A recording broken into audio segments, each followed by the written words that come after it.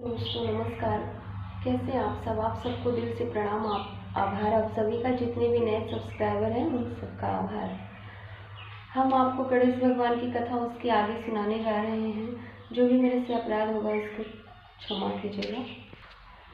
हम आपको उसके आगे की बात सुनाते हैं जहाँ तक बताए हुए थे।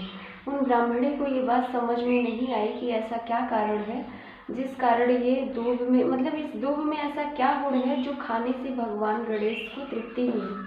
वो पति से पूछते हैं कि प्रभु इसमें ऐसा क्या है, इस दूब का क्या मतलब इसका क्या अर्थ है, और एक छोटी सी दूब में इतना गुण भला कैसे हो सकता है। ये बात मुझे समझ में नहीं आई।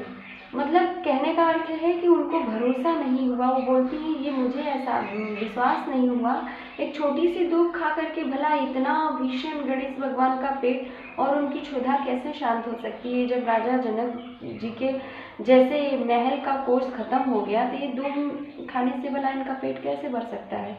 फिर वो ब्रह्म ऋषि बोलते हैं कि ऐसा है, ये इनको ऐसी बात समझ में नहीं आती। फिर वो दूब देती हैं और इंद्र भगवान के दरबार में उनको अपनी शक्ति से भेजते हैं, क्योंकि धरती पर रहने वाला तो ऐसे साधारण जा नहीं सकता। लेकिन वो ऋषियों में ऐसी शक्ति थी कि उनको अपने शक्ति से वहाँ भेजते हैं। इंद्र के दरबार में जाती हैं, उस सभा में देखती हैं कि सारे लोग सभा में होते हैं। और तो सब लोगों ने पूछा आप किस कारण यहाँ आई हैं।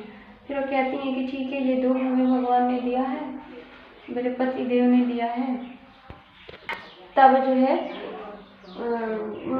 उनको दरबार में, इंद्र भगवान के दरबार में भेजती हैं और कहते हैं, तो सभा में जब देखती हैं सबको तो पूछती हैं कि वो सब लोगों ने पूछा आप किस कारण यहाँ आई हैं। तो वो दूब उठा के दिखाती हैं और बोलती हैं कि मुझे इसी के बराबर आप सोना दे दीजिए।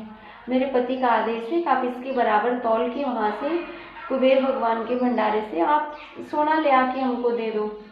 अब कुबेर भगवान उस दूब को देखते हैं, हाथ में उठाते हैं, उनको बड़ी हंसी आती है कि इस दूब के बराबर, वो भी हमारे जैसे दरबार से तुमको सोना ले जाना है। ये तो हंसी की बात है। ये तुम बोलती तो हम ऐसे मुट्ठी भर दे देते, तो तुम्हें दूब लाने की क्या जरूरत थी। हंसते हुए हो उन्होंने मंत्रियों से कहा कि ठीक है, तुम वहाँ से सोना ला करके इनको दे दो। अब उन्होंने कहा देखो मैं पतिव्रता स्त्री हूँ, मैं इस तरह से नहीं लूँगी। मेरे पति ने कहा है कि दूब के बराबर ही लेके जाना है, तो मुझे इसी के बराबर आप भोजन करके दीजिए, मैं थोड़ा सा लेके नहीं जाऊँगी, मैं इतना इस तरह नहीं ले जाऊँगी। उन्होंने कहा अच्छा ऐसी बात है।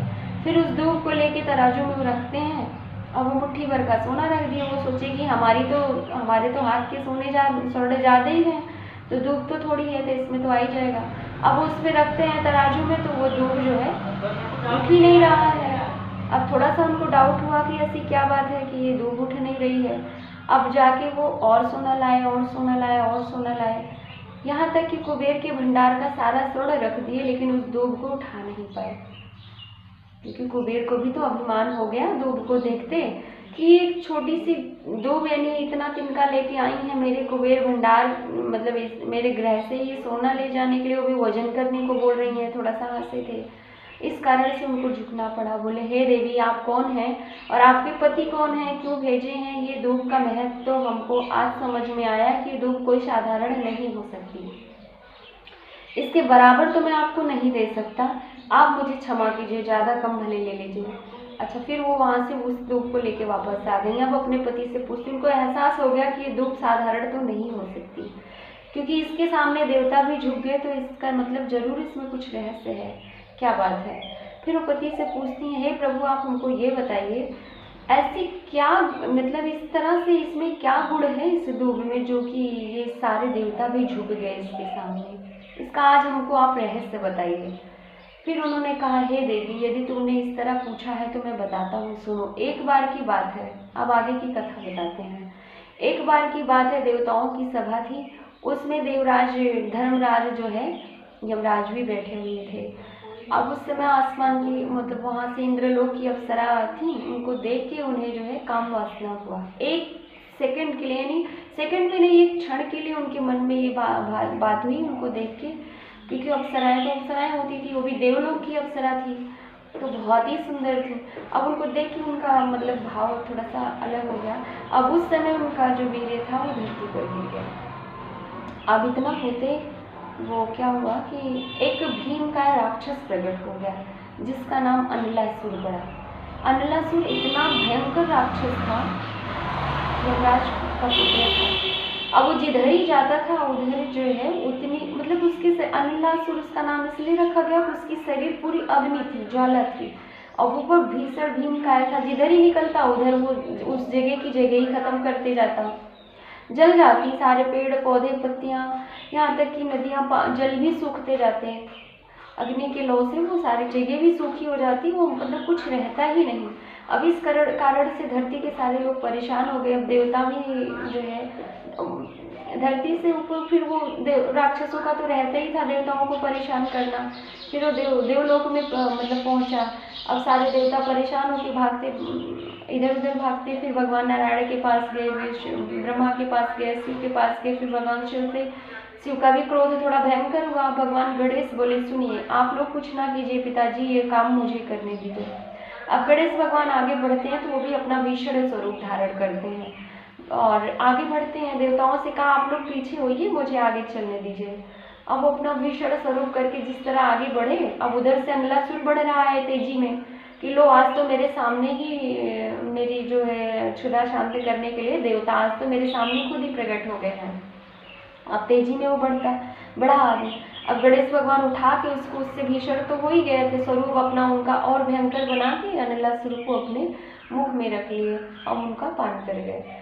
अब इस कारण से उनके शरीर में ज्वाला के कारण वो मूर्छित हो गए, क्योंकि वो पूरी अग्नि थी। अग्नि उनकी ज्वाला में आई तो उनको जलन होने लगी और वो उस कारण से थोड़ी देर के लिए वो मूर्छित हो गए, वो सह नहीं पाए उस चीज को।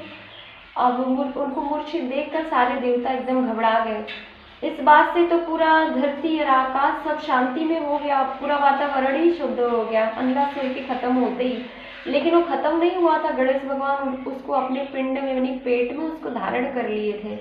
अब अभी भी है तो उनकी जो गर्मी थी वो असहनीय थी। अब सारे देवता घबरा के अब करें क्या, सारा तमाम औषधि उनको खिलाए लेकिन उनको होश नहीं आया, मतलब मूर्छा से वो बाहर नहीं आए। तब सप्त ऋषियों ने बात किया, देखो कुछ किया जाए।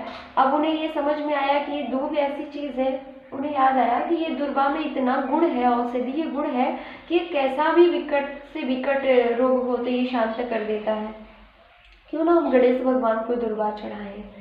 अब सारे जितने भी सप्त ऋषि थे सब 21 दूब तोड़ के भगवान को स्नान कराना शुरू कर दिए। अब जैसे ही 2-4 दूब भगवान पे पड़ा उनकी आंखें खुलने लगी। अब इस कारण से सप्त ऋषियों ने मिल करके सब 21 दूब तोड़ के भगवान के ऊपर चढ़ाते गए, नहलाते गए। फिर थोड़ी देर बाद उनकी अग्नि शांत हुई, उनकी ज्वाला शांत हो गई। लेकिन वो अग्नि उनके पेट में अभी भी है, धारण करके उन्होंने रखा है, जिस कारण से आज भी कहा जाता है गणेश भगवान को कुछ दो ना दो, उनकी पूजा करो ना करो, उनको भोग करो ना करो, लेकिन उनको दुर्वा जरूर चढ़ाओ। उनके मस्तक पर दुर्वा हमेशा रखी जाती है उनकी, जिससे उनकी गर्मी शांत होती है। कहा जाता है नारायण की पूजा तुलसी के बिना, शिव की बेलपत्र के बिना और गणेश की दुर्वा के बिना पूजा अधूरी होती है। ये रही दुर्वा की छोटी सी कथा, जो ये कथा हर जगह नहीं है, सिर्फ गणेश पुराण की कथा है। आप लोग क्षमा कीजिएगा। हे भगवान गणेश, आपके श्री चरण में अनंत कोटि बार प्रणाम। आप सब लोग जैसा होगा बताइएगा, मेरे चैनल को भी सब्सक्राइब कीजिएगा और अपना कमेंट करिएगा जैसा आप सबको लगे।